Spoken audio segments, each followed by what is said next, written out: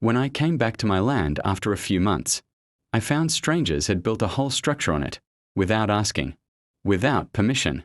They thought I wouldn't notice, but they were about to learn what happens when you mess with the wrong landowner.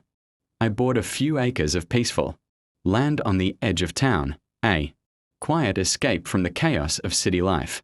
It was my dream spot, surrounded by nature, where I planned to build a small farmhouse.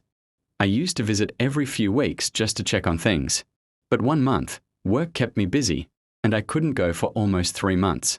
When I finally returned, I couldn't believe what I saw. Right in the middle of my property stood a half-built house. Construction materials were everywhere: cement bags, bricks, and even a small team of workers. For a moment, I thought I was in the wrong place. But then I saw my fence, broken and pushed aside. I asked the workers who owned the place, and one of them casually said, "It's for Mr. Daniels. He bought this land." I was stunned. I had never sold my property.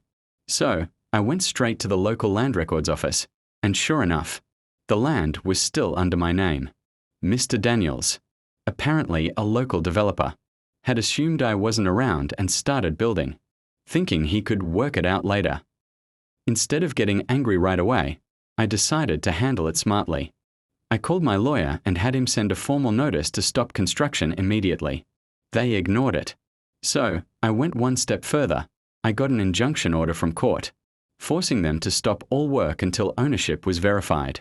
Days later, Daniels came storming to me, acting all confident, saying we could settle this quietly. But I refused.